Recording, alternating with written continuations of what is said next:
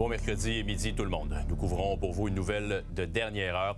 Une fusillade qui a éclaté à Laval. Vers 11 h dans le quartier Chemédé, ça s'est passé dans le stationnement d'un café Starbucks situé en bordure de l'autoroute 40. Tout de suite, je vais joindre ma collègue Lily qui vient tout juste d'arriver. Lily, qu'est-ce qu'on sait?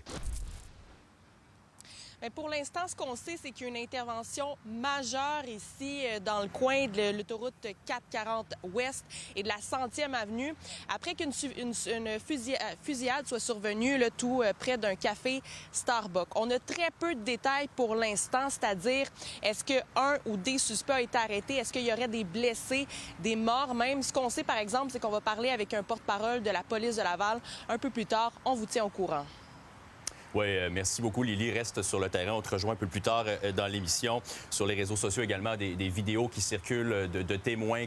On voit le déploiement policier, on voit l'ampleur du nombre de personnes qui étaient là. Alain, c'est des images qu'on veut pas voir au Québec. Une fusillade en plein jour, c'est un véritable cauchemar qu'on vit en ce moment. Oui, tout à fait. Puis le sentiment que ça nous apporte, c'est qu'on a l'impression qu'on est en train de voir ce qui se passe aux États-Unis, au sud de la frontière, toutes ces fusillades, l'enjeu des armes à feu se transposer sur notre territoire. On a l'impression qu'on est immunisé contre ça, mais ça reste quelque chose d'extrêmement grave. Et on le voit, là, les politiciens sont préoccupés par ça, comment s'attaquer à ce fléau-là. Puis, on va avoir toutes les informations là, au courant de la journée, ouais. là, mais c'est préoccupant, sincèrement. Là, moi, ça me donne la chair de poule, là. C'est trop proche. C'est quelque chose qu'on fait chaque matin, aller chercher un café avant d'aller travailler. Il y a Christopher Skeet, le député de Sainte-Rose, qui a tweeté un peu plus tôt. Je viens d'apprendre qu'il y a eu une fusillade à Laval, près du Starbucks, que je fréquente moi-même. C'est cette impression de sécurité qui est entamée dans ce temps-là pour les citoyens. Oui, tout à fait. Puis quand cette insécurité-là s'installe, on a peur, on se pose des questions, on a l'impression qu'on n'est jamais en sécurité, quel que soit l'endroit. J'entendais des gens me dire, moi, je devais aller aux États-Unis, s'il y a un endroit que je n'irais pas, c'est dans un rassemblement. Donc, quand on est rendu à se poser ces questions-là, bien, ça commence à nous jouer dans la tête sérieusement, puis on se demande, bon, qu'est-ce qui peut être fait? Est-ce que les corps policiers sont capables de nous protéger face à ces événements-là? Puis là, on va pouvoir avoir des informations. Est-ce que c'est un règlement de compte? Est-ce que, en plein jour, là, on entend des histoires, on parle de près de 3 victimes potentiellement. Ouais. Donc oui, c'est fatigant, puis on va tous prendre un café, comme tu le mentionnes. Moi, le premier, et ça joue dans la tête, là.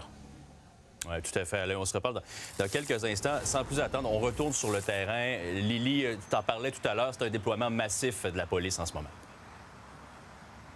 On a très peu de détails pour l'instant sur ce qui s'est passé, si même il y a des blessés sur place. Mais je peux vous montrer à l'instant l'ampleur du déploiement policier. On compte au moins, je vous dirais là ici, une dizaine de voitures de police, du service de police de Laval, mais aussi de l'autre côté, parce que là, il y a le couche-tard aussi qui est derrière moi. Il y a beaucoup de stations d'essence devant le Starbucks. Il y a énormément de policiers sur place. Donc, on se doute que c'est quelque chose de majeur qui est survenu. On vous tient au courant tout au long du bulletin. Lily, tu restes là. Il y aura sans doute des témoins à qui tu vas pouvoir parler. Différentes images également qui circulent sur les réseaux sociaux. Comme d'habitude, dans le cas d'événements de la sorte, il faut être extrêmement prudent avec les informations qui entrent au compte-gouttes et les valider également. Alain, c'est tellement d'actualité en plus. Je pense notamment, ne serait-ce qu'au provincial, avec le remaniement ministériel. Yann Lafrenière, qui a pris les rênes de la sécurité publique, qui a dit « Moi, je veux m'attaquer au crime armé ». C'est un événement qui ramène cette urgence-là dans l'actualité. Oui, tout à fait. Puis François Legault, dans ses 4 priorités qu'il a emmenées hier pendant son discours d'ouverture, la sécurité était mise de l'avant, le droit, l'ordre de resserrer la vis face aux criminels récidivistes de crimes graves.